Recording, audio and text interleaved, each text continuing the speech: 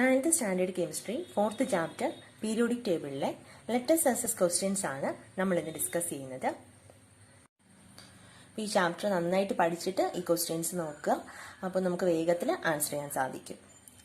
First question, the table given below lists the contributions and names of scientists who made earlier attempts in the classification of elements. Fill in the blanks. അപ്പോൾ ഒരു table തന്നിട്ടുണ്ട്.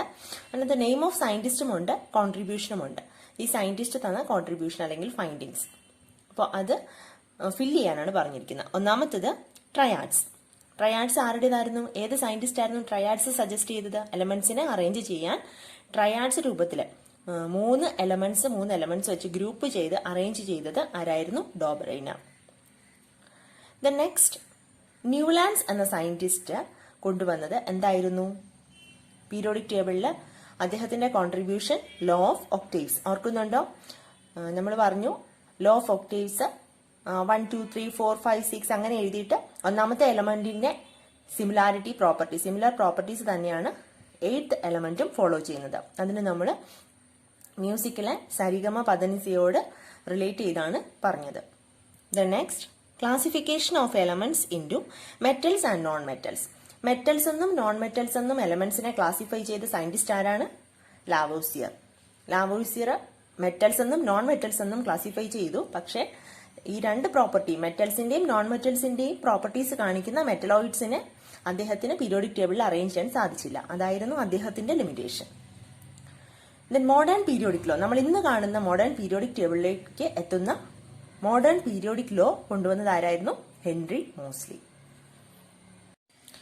Then second question, complete the table. ഒരു table തന്നിട്ടുണ്ട്, അതിനെ complete ചെയ്യാം. Periodic ടേബിളുമായിട്ട് ബന്ധപ്പെട്ട questions ആണ് തന്നിരിക്കുന്നത്. ആദ്യം എലമെന്റ് തന്നിട്ടുണ്ട്, then atomic number, electronic configuration, group number, period number. ഇതെല്ലാം നമ്മൾ പഠിച്ചതാണ്. എലമെന്റ് ലിഥിയത്തിന്റെ അറ്റോമിക് നമ്പർ എത്രയാണ്? 3. അപ്പൊ അറ്റോമിക് നമ്പർ കാണാതെ പഠിക്കണമെന്ന് ചോദിച്ചാൽ ആദ്യത്തെ ഒരു 20 എലമെന്റ്സിന്റെ അറ്റോമിക് നമ്പർ പഠിച്ചു വെക്കുന്നത് നല്ലതാണ്. 20 എലമെന്റ്സ് അല്ലേ? 118 എലമെന്റ്സ് ഉണ്ട് പീരിയോഡിക് ടേബിളിൽ. 20എങ്കിലും അത് നമ്മൾ സാധാരണയായിട്ട് യൂസ് ചെയ്യുന്ന എലമെന്റ്സ് ആണ്. അതുകൊണ്ട് അതങ്ങ് പഠിച്ചു വെക്കുന്നത് നല്ലതാണ്.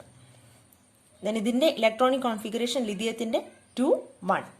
ഗ്രൂപ്പ് നമ്പർ എങ്ങനെയാണ് കണ്ടുപിടിക്കുന്നത്? ഫസ്റ്റ് ഗ്രൂപ്പ് എലമെന്റ്സിനും സെക്കൻഡ് ഗ്രൂപ്പ് എലമെന്റ്സിനും ഔട്ടർ മോസ്റ്റ് ഷെല്ലിൽ 1 വരുന്നതെങ്കിൽ അത് ഫസ്റ്റ് ഗ്രൂപ്പ്, 2 വരുന്നതെങ്കിൽ സെക്കൻഡ് ഗ്രൂപ്പ്. നമ്മൾ പഠിച്ച കാര്യമാണ്. ദെൻ 3 മുതൽ 8 വരെയാണ് ഇലക്ട്രോണിക് കോൺഫിഗറേഷൻ ഔട്ടർ മോസ്റ്റ് ഷെല്ലിൽ വരുന്നതെങ്കിൽ +10 കൂടെ എടുക്കാം.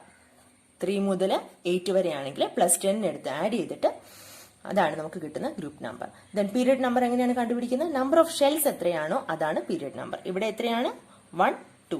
അതാണ് ഇവിടെ 2 കിട്ടിയത്. 2 ഷെല്ലിലായിട്ടാണ് ഇലക്ട്രോൺസ് എൻട്രി ചെയ്തിരിക്കുന്നത്. ദെൻ നെക്സ്റ്റ്, ഓക്സിജന്റെ അറ്റോമിക് നമ്പർ തന്നിട്ടുണ്ട്, 8 ആണ്. ഇലക്ട്രോണിക് കോൺഫിഗറേഷൻ നമുക്ക് എങ്ങനെ എഴുതാം? 2, ബാക്കി എത്രയുണ്ട്? 6. ഗ്രൂപ്പ് നമ്പർ അറിയാം, ഔട്ടർ മോസ്റ്റ് ഷെല്ലിൽ 6 ഇലക്ട്രോൺസ് ആണ്. അപ്പോൾ 6 ആണെങ്കിൽ എന്ത് ചെയ്യണം? 6 + 10. അപ്പോ 6 + 10 = 16. ഇത് അറിയാൻ വേണ്ടിയിട്ടാ +10 ആഡ് ചെയ്ത് എഴുതുക. നിങ്ങൾ 16 എന്ന് മാത്രം എഴുതിയാൽ മതി കേട്ടോ. ദെൻ പീരിയഡ് നമ്പർ എങ്ങനെയാ കണ്ടുപിടിക്കുക? Number of shells. അപ്പോൾ ഇവിടെ എത്ര ഷെൽസ് ഉണ്ട്? 1 2. 2 ഷെല്ലിലായിട്ടാണ് ഇലക്ട്രോൺസ് എൻറ്റർ ചെയ്തിരിക്കുന്നത്. അപ്പോൾ പീരിയഡ് നമ്പർ 2. ദ നെക്സ്റ്റ്, ആർഗണിൻ്റെത് 18 ആണ്. ഇലക്ട്രോണിക് കോൺഫിഗറേഷൻ എങ്ങനെ എഴുതാം? 2 8 8 + 2 10 ആയി. Then 8. Group number outermost ഷെല്ലിൽ 8 ഇലക്ട്രോൺ ഉണ്ട്. അപ്പോൾ 8 + 10 18. പീരിയഡ് നമ്പർ എത്ര ഷെൽസ് ഉണ്ട്? 1 2 3. അപ്പോൾ പീരിയഡ് നമ്പർ 3. കാൽസ്യത്തിന്റെ അറ്റോമിക് നമ്പർ 20. അതിന്റെ ഇലക്ട്രോണിക് കോൺഫിഗറേഷൻ തന്നിട്ടുണ്ട്, 2 8 8 2. ഗ്രൂപ്പ് നമ്പർ ഔട്ടർ മോസ്റ്റ് ഷെല്ലിൽ 2 ഇലക്ട്രോൺ ആണ്. 1ഉം 2ഉം ആണ് വരുന്നതെങ്കിൽ ഡയറക്റ്റ് എഴുതിയാൽ മതി ഗ്രൂപ്പ് നമ്പർ. 3 മുതൽ 8 വരെ വരുവാണെങ്കിലാണ് നമ്മൾ 10 ആഡ് ചെയ്യുന്നത്. അപ്പോൾ ഇവിടെ ഗ്രൂപ്പ് നമ്പർ 2. പീരിയഡ് നമ്പർ ആണെങ്കിലോ എത്ര ഷെൽസ് ഉണ്ട്? 1 2 3 4 ഷെൽസ്. അപ്പോൾ periodic number 4. Then third question, symbols of certain elements are given. Write their electronic configuration and find the period and group to which they belong. അപ്പോൾ കുറെ elements തന്നിട്ടുണ്ട്. അതിന്റെ atomic number തന്നിട്ടുണ്ട്, mass number തന്നിട്ടുണ്ട്. നമുക്ക് കാണേണ്ടത് electronic configuration എഴുതുക, എന്നിട്ട് ഏത് ഗ്രൂപ്പിലാണ് ഏത് പീരീഡിലാണ് എന്ന് കണ്ടുപിടിക്കുക. അപ്പൊ നമുക്ക് ഓരോ എലമെന്റ് ആയിട്ട് നോക്കാം. ഒന്നാമത്തെ എലമെന്റ് കാർബൺ 612. ഈ 6 എന്ന് പറയുന്നത് അറ്റോമിക് നമ്പർ ആണ്. അപ്പൊ ഇലക്ട്രോണിക് കോൺഫിഗറേഷൻ എങ്ങനെ എഴുതാം? ഇലക്ട്രോണിക് കോൺഫിഗറേഷൻ 6 ആണ് അറ്റോമിക് നമ്പർ, അപ്പോൾ 2 4 അല്ലേ. ഇനി നമുക്ക് കണ്ടുപിടിക്കേണ്ടത് group number. Group number outermost ഷെല്ലിലെ ഇലക്ട്രോൺ 4 ആണ്. അപ്പൊ നമ്മൾ എന്ത് ചെയ്യണം? 4 + 10. നേരത്തെ പറഞ്ഞതാണ്, അതുകൊണ്ടാണ് ഞാൻ പറയാതെ പോകുന്നത്. 14th ഗ്രൂപ്പിലാണ് carbon. നമുക്ക് പിന്നെ കണ്ടുപിടിക്കേണ്ടത് പീരിയഡ് നമ്പർ. കണ്ടുപിടിക്കാൻ എന്ത് ചെയ്യണം? എത്ര ഷെൽസ് ഉണ്ടെന്ന് നോക്കിയാൽ മതിയല്ലോ. 1 2. ഇലക്ട്രോണിക് കോൺഫിഗറേഷൻ എഴുതിയിട്ട് എത്ര നമ്പർ ഉണ്ടെന്ന് എണ്ണി നോക്കിയാൽ മതി. അപ്പോൾ 2. ഇത് സെക്കൻഡ് പീരീഡിലാണ് ഉൾപ്പെടുന്നത്. രണ്ടാമത്തത് മഗ്നീഷ്യം 1224. മഗ്നീഷ്യത്തിന്റെ അറ്റോമിക് നമ്പർ 12 ആണ്. അതിന്റെ ഇലക്ട്രോണിക് കോൺഫിഗറേഷൻ എങ്ങനെ എഴുതാം? 2 8 8 + 2 10 ആയി, then 2. Group number outermost ഷെല്ലില് 1 ആണെങ്കിലും 2 ആണെങ്കിലും ഡയറക്റ്റ് എഴുതിയാൽ മതി. First group and second group. 3 മുതൽ 8 വരെ ഉള്ള ഇലക്ട്രോൺസ് ആണെങ്കിൽ അതിന്റെ കൂടെ +10 ചേർത്തിട്ട് ഗ്രൂപ്പ് നമ്പർ എഴുതുക. ഇവിടെ 2 ആണ് ഗ്രൂപ്പ് നമ്പർ. രണ്ടാമത്തെ ഗ്രൂപ്പിലാണ് മഗ്നീഷ്യം. ദെൻ പീരിയഡ് നമ്പർ കണ്ടുപിടിക്കണമെങ്കിൽ നമ്പർ ഓഫ് ഷെൽസ് നോക്കിയാൽ മതി. 1 2 3. 3 ആണ് ഇതിന്റെ പീരിയഡ് നമ്പർ. ഇനി 3 എലമെന്റ്സ് ഉണ്ട്, സ്വന്തമായിട്ട് ചെയ്ത് നോക്കണേ. ചെയ്ത് നോക്കിയിട്ട് ആൻസർ ശരിയാണോ എന്ന് ചെക്ക് ചെയ്ത് നോക്കാം. അപ്പൊ chlorine 1735. Atomic number 17. Electronic configuration എങ്ങനെ എഴുതാം? 2 8 then 7. 8 + 2 10 10 + 7 17. അപ്പൊ ഗ്രൂപ്പ് നമ്പർ കണ്ടുപിടിക്കാൻ എന്ത് ചെയ്യും? ഔട്ടർ മോസ്റ്റ് ഷെല്ലില് 7 ഇലക്ട്രോൺ. 7 + 10 = 17. 17th ഗ്രൂപ്പിലാണ് ക്ലോറിൻ. ദെൻ പീരിയഡ് നമ്പർ ആണെങ്കിൽ നമ്പർ ഓഫ് ഷെൽസ് എത്രയാണ്? 1 2 3. 3 ഷെൽസ് ഉണ്ട്. അപ്പോ പീരിയഡ് നമ്പർ എന്ന് പറയുന്നത് 3. Next aluminium 1327. Atomic number 13. Electronic configuration എങ്ങനെ എഴുതാം? 2 8 3. ദെൻ ഗ്രൂപ്പ് നമ്പർ ഔട്ടർ മോസ്റ്റിൽ 3 ആണ്. 3 + 10 = 13. 13th ഗ്രൂപ്പിലാണ് aluminium. ദെൻ പീരിയഡ് നമ്പറോ എത്ര ഷെൽസ് ഉണ്ട്? 1 2 3. 3 ആണ്. തേർഡ് പീരീഡിലാണ് അലുമിനിയം ഉള്ളത്. Then last one neon 1020. നിയോണിന്റെ atomic number 10. Electronic configuration 2 8.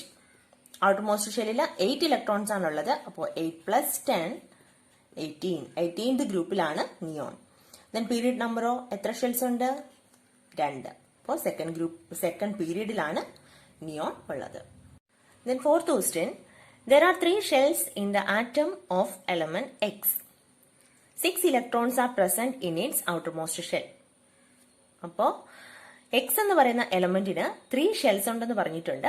Outermost ഷെല്ലിൽ 6 ഇലക്ട്രോൺസ് ഉണ്ടെന്നും പറഞ്ഞിട്ടുണ്ട്. എന്നിട്ട് ഇത്രയും ക്വസ്റ്റ്യൻസിന് നമ്മൾ ആൻസർ ചെയ്യണം. അപ്പോൾ X എന്നുള്ള എലമെന്റ് അല്ലെ, X എന്നുള്ള എലമെന്റിന് 3 ഷെൽസ് ഉണ്ട്. അപ്പോൾ എക്സിന്റെ ന്യൂക്ലിയസ് ഇതാണ്. 3 ഷെൽസ് എന്ന് പറയുമ്പോൾ ഇത് ഒന്നാമത്തെ ഷെല്ല്, ഇത് രണ്ടാമത്തെ ഷെല്ല്, ദെൻ ഇത് മൂന്നാമത്തെ ഷെല്ല്.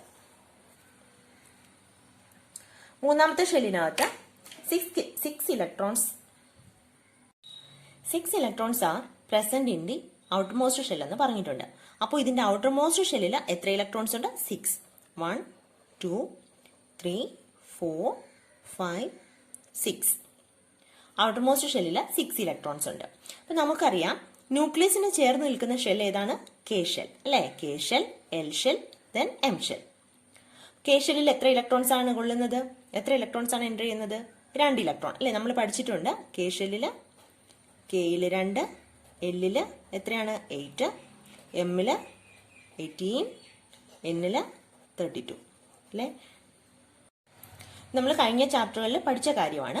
അപ്പോൾ കെ ഷെല്ലിൽ 2 ഇലക്ട്രോൺസ് എൻ്റർ ചെയ്യും. 2 ഇലക്ട്രോൺസ് എൻ്റർ ചെയ്തിട്ടാണ്, കാരണം ഉള്ളിലുള്ള ന്യൂക്ലിയസിന് അടുത്ത് നിൽക്കുന്ന ഷെൽസിൽ ഇലക്ട്രോൺസ് എത്രയാണോ ഫില്ല് ചെയ്യേണ്ടത്, മാക്സിമം എത്രയാണോ ഫില്ല് ചെയ്യേണ്ടത് അത്രയും ഫില്ല് ചെയ്തിട്ടാണ് ഈ ഔട്ടർമോസ്റ്റ് ഷെല്ലിൽ ഇലക്ട്രോൺസ് ഫില്ല് ചെയ്യുന്നത്. അപ്പോൾ കെ ഷെല്ലിൽ 2 എണ്ണം എൻ്റർ ചെയ്തിട്ടുണ്ട്. എല്ലിലാണെങ്കിൽ എത്ര വേണം? 8 ഇലക്ട്രോൺസ്. അപ്പോൾ ഇവിടെ 2 എണ്ണം ഫില്ല് ചെയ്തിട്ടാണ് അടുത്ത ഷെല്ലിലോട്ട് പോകുന്നത്. എൽ ഷെല്ലിലും 8 എണ്ണം ഫില്ല് ചെയ്തതിന് ശേഷമാണ് ഈ ഔട്ടർമോസ്റ്റ് ഷെല്ലായ എമ്മിലോട്ട് എൻ്റർ ചെയ്യുന്നത് ഇലക്ട്രോൺസ്. അപ്പോൾ ഇവിടെ എല്ലിൽ എത്രയുണ്ട്? 8 ഇലക്ട്രോൺസ്. 1 2 3 4 5 6 7, 8 ഇലക്ട്രോൺസ്. അപ്പോൾ ഇത്രയും ഇലക്ട്രോൺസ് ആണ് ഇതിൽ ഉള്ളത്. അപ്പോൾ ഒന്നാമത്തെ ക്വസ്റ്റ്യൻ നോക്കാം. Write the electronic configuration of the element. Electronic configuration എഴുതാലോ. ഇത് നോക്കി തന്നെ നമുക്ക് എഴുതാലോ. കെ ഷെല്ലിൽ എത്രയുണ്ട്? 2, 2, ദെൻ അടുത്ത ഷെല്ലിലോ 8, ദെൻ ഔട്ടർ മോസ്റ്റ് ഷെല്ലിൽ 6. ഇതാണ് ഈ എലമെന്റിന്റെ electronic configuration. What is its atomic number? Atomic number എത്രയാണ്? അറ്റോമിക് നമ്പർ കാണാൻ എന്ത് ചെയ്യുക? ഇലക്ട്രോണിക് കോൺഫിഗറേഷൻ എത്രയും ആഡ് ചെയ്ത് എഴുതിയാൽ പോരെ?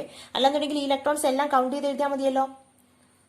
നമ്പർ ഓഫ് ഇലക്ട്രോൺസ് എന്ന് പറയുന്നതാണ് അറ്റോമിക് നമ്പർ എന്ന് പറയുന്നത്. അപ്പോൾ 8 + 2 10, 10 + 6 16.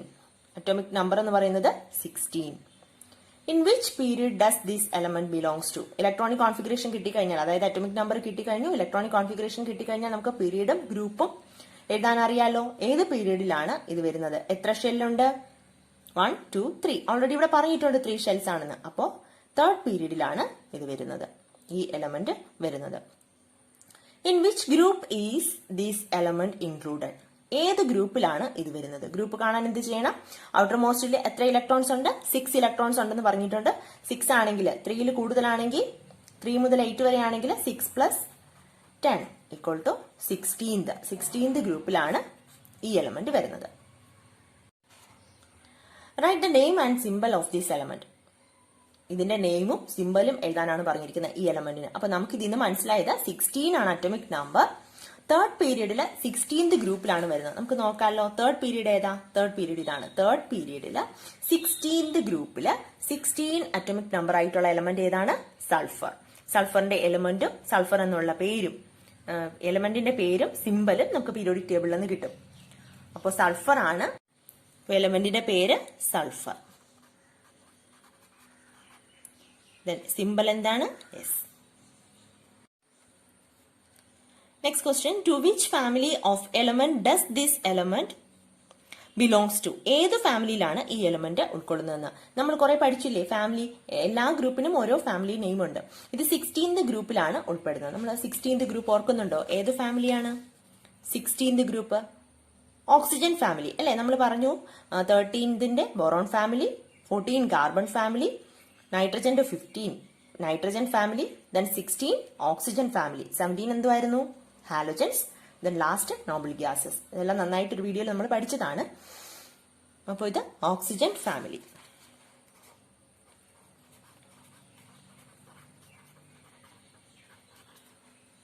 Draw the Bohr model of atom of this element. ഈ എലമെന്റ് വരുന്ന, അതായത് 16 ആണ് അറ്റോമിക് നമ്പർ, അത് വരുന്ന എലമെന്റിന്റെ ബോർ മോഡൽ വരയ്ക്കാം. ഇത് തന്നെയല്ലേ ശരിക്കും ബോർ മോഡൽ? ഇവിടെ നമ്മൾ എക്സ് എന്ന് എഴുതിയെടുത്ത് നമുക്ക് കിട്ടിയല്ലോ 16 ആണ് അറ്റോമിക് നമ്പർ. അപ്പോൾ 16 പ്രോട്ടോണും 16 ന്യൂട്രോണും ന്യൂക്ലിയസിൽ എഴുതുക. ബാക്കി ഇത് തന്നെയാണ്. The next question. Electronic configuration of elements P, Q, R and S are given below. Symbols are not real. അപ്പോൾ ഈ കൊടുത്തിരിക്കുന്ന സിമ്പിൾസ് റിയൽ ആയിട്ടുള്ള സിമ്പിൾസ് അല്ല, എക്സാമ്പിൾ തന്നിരിക്കുന്നതേ ഉള്ളൂ. അപ്പോൾ P and electronic configuration 2, 2. Then Q 2, 8, 2. R 2, 8, 5. S ആണെങ്കിലോ 2, 8. Then first question. Which among these elements are included in the same period? Same പീരീഡിൽ ഉൾപ്പെടുന്ന എലമെന്റ്സ് ഏതൊക്കെയാണ്? പീരീഡ് എന്ന് പറയുമ്പോൾ നമുക്കറിയാം ഷെല്ലിന്റെ നമ്പർ നോക്കാം. പി ആണെങ്കിലോ 1, 2 അല്ലെ? 2 ഷെല്ലുണ്ട് ഇതില്. ഇവിടെ 3 ഷെല്ലാണ്, ഇവിടെ 3 ഷെൽ, ഇവിടെ 2 ഷെൽ. അപ്പോൾ പിയും എസുമാണ്. പി ആൻഡ് എസ് അത് ഒരേ പീരീഡിലാണ് ഉൾക്കൊള്ളുന്നത്. ദെൻ ക്യൂ ആണെങ്കിലോ 3 ഷെൽസ് ഉണ്ട്, അപ്പോൾ 3rd പീരീഡ്. ആർ ആണെങ്കിലോ 3 ഷെൽസ് ഉണ്ട്, അപ്പോൾ അത് 3rd പീരീഡ്. അപ്പോൾ ക്യൂ ആൻഡ് ആർ. പിയും എസും ഒരേ പീരീഡിലാണ്, ക്യൂവും ആറും ഒരേ പീരീഡിലാണ്. The next, which are those included in the same group? Same ഗ്രൂപ്പിൽ ഉൾക്കൊള്ളുന്ന എലമെന്റ്സ് ഏതൊക്കെയാണ്? പിയില് ഔട്ടർമോസ്റ്റ് ഷെല്ലില് 2 ഇലക്ട്രോൺസ് ആണ്. അപ്പോൾ 2 ഉള്ളത് വേറെ ഏതുണ്ട്? ക്യൂവും 2 ആണ്. അപ്പോൾ ഇത് രണ്ടും സെയിം ഗ്രൂപ്പിലാണ്. അപ്പോൾ പി ആൻഡ് ക്യൂ. ദെൻ ഇവിടെ ഔട്ടർമോസ്റ്റ് ഷെല്ലില് 5 ഇലക്ട്രോൺസ് ആണ്, ഇവിടെ 8 ഇലക്ട്രോൺസ് ആണ്. അപ്പോൾ അത് സെയിം ഗ്രൂപ്പ് അല്ല. Which among them is a noble gas? ഇതില് ഏതാണ് നോബിൾ ഗ്യാസ്? നോബിൾ ഗ്യാസ് എന്ന് പറഞ്ഞാൽ നമുക്കറിയാം ഔട്ടർമോസ്റ്റ് ഷെല്ലിൽ 8 ഇലക്ട്രോൺസ് വരുന്നതാണ് നോബിൾ ഗ്യാസ് അല്ലെങ്കിൽ ഇനേർട്ട് ഗ്യാസ്. അപ്പോൾ ഇതിൽ 8 ഇലക്ട്രോൺസ് വരുന്നത് ഏതാണ്? Yes. To which group and period does the element are belong? R എന്ന് പറയുന്ന എലമെന്റ് ഏത് ഗ്രൂപ്പിലും ഏത് പീരീഡിലുമാണ് ഉൾക്കൊള്ളുന്നതെന്നാണ് ചോദിച്ചിരിക്കുന്നത്. അപ്പോൾ ഇത് ഏത് പീരീഡിലാണ്? എത്ര ഷെല്ലുണ്ട്? 1, 2, 3. അപ്പോൾ തേർഡ് പീരീഡ്. ആർ എന്ന ഗ്രൂപ്പ് തേർഡ് പീരീഡ് ആണ്. ദെൻ ഏത് ഗ്രൂപ്പിലാണ്? 5 ആണ് ഔട്ടർ മോസ്റ്റ് ഷെല്ലിലുള്ളത്. അപ്പോൾ 5 + 10 15th group. 15th group. Then last question, an incomplete form of the periodic table is given below. Write answers to the questions connecting the position of elements in it. Symbols are not real. അപ്പോൾ ഇവിടെ ഒരു incomplete ആയിട്ടുള്ള periodic table തന്നിട്ടുണ്ട്. അപ്പോൾ symbols real ആയിട്ടുള്ള symbols അല്ല. അപ്പോൾ താഴെ കൊടുത്തിരിക്കുന്ന ക്വസ്റ്റ്യൻസിന് ആൻസർ ചെയ്യുക. അപ്പോൾ first question, which is the elements with the biggest atom in group 1? Group first ഗ്രൂപ്പില് ബിഗ്ഗസ്റ്റ് ആയിട്ടുള്ള ആറ്റം ഏതാണ്? ഫസ്റ്റ് ഗ്രൂപ്പിൽ ഏതൊക്കെ എലമെന്റ്സ് ഉണ്ട്? A, B, C, D. Symbols real ആയിട്ടുള്ള സിമ്പിൾസ് അല്ല കേട്ടോ. പീരിയോഡിക് ടേബിളിൽ നമ്മുടെ എലമെന്റ്സിന്റെ സിമ്പിൾസ് അല്ല, അല്ലാതെ തന്നിരിക്കുന്നതാണ്. നമുക്ക് അത് മനസ്സിലാക്കിയിട്ട് ക്വസ്റ്റ്യൻ ആൻസർ ചെയ്യാം. അപ്പോൾ ഇത്രയും എലമെന്റ്സ് ഉണ്ട്. ഇതിൽ ബിഗ്ഗസ്റ്റ് ആയിട്ടുള്ള ആറ്റം ഏതാണ്? നമ്മൾ പഠിച്ചു ഗ്രൂപ്പിൽ നിന്ന് ആറ്റത്തിന്റെ സൈസ് ആണ് ചോദിച്ചിരിക്കുന്നത്. ഏറ്റവും വലിയ സൈസുള്ള ആറ്റം ഏതാണ്? ഗ്രൂപ്പിൽ നിന്ന് താഴോട്ട് വരുന്തോറും from top to bottom atomic size increases. അതായത് നമ്പർ ഓഫ് ഷെൽസ് ഇൻക്രീസ് ചെയ്യും. അപ്പോൾ size of the atom increases. അങ്ങനെയാണെങ്കിൽ ഏറ്റവും ബിഗ്ഗസ്റ്റ് ആയിട്ടുള്ള ആറ്റം ഡി ആണ്, അല്ലെ? D. Then which is the element having the lowest ionization energy in group first? ഒന്നാമത്തെ ഗ്രൂപ്പില് ലോവസ്റ്റ് അയണൈസേഷൻ എനർജി കുറവായിട്ടുള്ള എലമെന്റ് ഏതാണ്? നമ്മൾ പറഞ്ഞു അയണൈസേഷൻ എനർജി എന്ന് പറഞ്ഞാൽ ഒരു ആറ്റത്തിന്റെ ഔട്ടർ മോസ്റ്റ് ഷെല്ലിലെ ഇലക്ട്രോൺസിനെ നഷ്ടപ്പെടുത്താൻ, ലോസ് ചെയ്യാൻ വേണ്ടിയിട്ട് ആറ്റം പ്രയോഗിക്കുന്ന എനർജിയാണ് അയണൈസേഷൻ എനർജി എന്ന് പറയുന്നത്. ഇവിടെ ആറ്റത്തിന്റെ സൈസ് കൂടുതലാണ് താഴോട്ട് വരുന്തോറും. അപ്പോൾ അവിടെ അധികം അയണൈസേഷൻ എനർജി കൊടുക്കേണ്ട ആവശ്യമില്ല. ഇലക്ട്രോൺസും ന്യൂക്ലിയസും തമ്മിലുള്ള അട്രാക്ഷൻ കുറയും. അപ്പോൾ അവിടെ അയണൈസേഷൻ എനർജി കുറച്ചു മതി. അപ്പോൾ അയണൈസേഷൻ എനർജി അറ്റോമിക് സൈസ് കൂടുന്തോറും അയണൈസേഷൻ എനർജി കുറവായിരിക്കും. അപ്പോൾ അയണൈസേഷൻ എനർജി കുറവ് ഏതിനായിരുന്നു? D. Which element has the smallest atom in period 2? രണ്ടാമത്തെ പീരീഡിലെ ഏറ്റവും ചെറിയ ആറ്റം ഏതാണ്? രണ്ടാമത്തെ പീരീഡ് എന്ന് പറഞ്ഞാൽ ഇതാണ് B, E, then I, K, L, M. ഇതിലെ ഏറ്റവും ചെറിയ ആറ്റം. അപ്പോൾ പീരീഡിലാണെങ്കിൽ നമുക്കറിയാം സൈസ് ഓഫ് ദി ആറ്റം എങ്ങനെയായിരുന്നു? From left to right size of the atom decreases. ആറ്റത്തിന്റെ സൈസ് പീരീഡിലെ ഇടത്തുനിന്ന് വലത്തോട്ട് പോകുന്തോറും കുറഞ്ഞാണ് വരുന്നത്. അപ്പോൾ ഇതിലെ ഏറ്റവും ലാസ്റ്റ് കിടക്കുന്ന എലമെന്റ് ഏതാണ്? എം. ഇവിടെ ഒരു എലമെന്റ് ഉണ്ടായിരുന്നെങ്കിൽ അതായിരുന്നേനെ. അപ്പോൾ എം ആണ്. M. Which among them are transition elements? ഇതിൽ ട്രാൻസിഷൻ എലമെന്റ്സ് ഏതാണ്?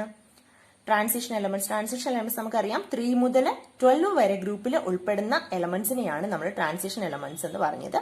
അപ്പോൾ ഇവിടുത്തെ answer G and H. Which of the elements L and M has the lowest electronegativity? എല്ലിലും എമ്മിലും ഏതിലാണ് ഇലക്ട്രോനെഗറ്റിവിറ്റി കുറവ്? നമുക്ക് നോക്കാലോ. എൽ ഇതാ കിടപ്പുണ്ട്, എം ഇതാ കിടപ്പുണ്ട്. അപ്പൊ നമ്മൾ പറഞ്ഞു ഇലക്ട്രോനെഗറ്റിവിറ്റി എന്ന് പറഞ്ഞാൽ ഇലക്ട്രോൺ അക്സെപ്റ്റ് ചെയ്യുന്നതാണ്, അല്ലെ? ഇലക്ട്രോൺ ഷെയറിനെ, അതായത് ആറ്റം അക്സെപ്റ്റ് ചെയ്യാൻ വേണ്ടിയിട്ട് ഉള്ള ടെൻഡൻസിയാണ് നമ്മൾ ഇലക്ട്രോനെഗറ്റിവിറ്റി എന്ന് പറയുന്നത്. അപ്പോൾ ഇവിടെ പീരീഡിലാണെങ്കിൽ അറ്റോമിക് സൈസ് കുറവാണ്. ഇവിടെ ഇലക്ട്രോൺസിനെ അക്സെപ്റ്റ് ചെയ്യാനുള്ള ടെൻഡൻസിയാണ് കൂടുതൽ. അപ്പോൾ പീരീഡിൽ ഇടത്തുനിന്ന് വലത്തോട്ട് വരുന്തോറും ഇലക്ട്രോനെഗറ്റിവിറ്റി കൂടി വരും. അപ്പോൾ ഇവിടെ ഇലക്ട്രോനെഗറ്റിവിറ്റി കൂടുതൽ എമ്മിനാണ്. ഇവിടെ ചോദിച്ചിരിക്കുന്നത് ഇലക്ട്രോനെഗറ്റിവിറ്റി കുറഞ്ഞത് ഏതാണ്? അപ്പോൾ L. Among B and I, which is higher metallic character? ബിയും ഐയും എവിടെയാണ്? ബി ഇതാ കിടപ്പുണ്ട്, ഐ ഇവിടെ കിടപ്പുണ്ട്.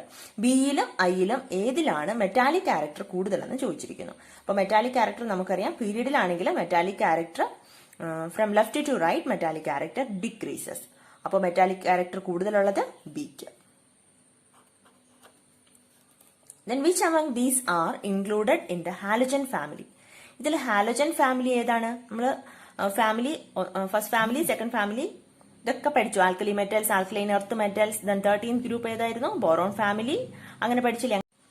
ഹാലോജൻ ഫാമിലി എന്ന് പറയുന്നത് 17th ഗ്രൂപ്പ് ആണ്. അതിൽ ഉൾപ്പെട്ടിട്ടുള്ള elements M, then N. The last question, which is the element that resembles E the most in its properties? ഏത് എലമെന്റ് ആണ് ഇയുമായിട്ട് റിലേറ്റ് ചെയ്യുന്ന പ്രോപ്പർട്ടീസ് സിമിലാരിറ്റീസ് കാണിക്കുന്ന ഇയുമായി സിമിലാരിറ്റീസ് കാണിക്കുന്ന എലമെന്റ് ഏതാണ് ചോദിച്ചിരിക്കുന്നത്. ഈ എവിടെയാണ് ഈ കിടപ്പുണ്ട്. ഇയുമായിട്ട് സിമിലാരിറ്റീസ് കാണിക്കും. നമ്മൾ പറഞ്ഞു ഗ്രൂപ്പിൽ ഏതാണ്ട് സെയിം ഗ്രൂപ്പിലാണെങ്കിൽ സിമിലാരിറ്റീസ് കാണിക്കും. അപ്പൊ ഇയുമായി സിമിലാരിറ്റീസ് കാണിക്കുന്ന എലമെന്റ് ഏതാണ്? എഫ്. അപ്പൊ ഇത്രയാണ് ഈ ചാപ്റ്ററിലുള്ള ക്വസ്റ്റ്യൻസ്. ക്ലിയർ ആയി മനസ്സിലായി എന്ന് വിചാരിക്കുന്നു. അപ്പൊ പുതിയ ചാപ്റ്ററുമായി നെക്സ്റ്റ് ക്ലാസ്സിൽ കാണാം. താങ്ക്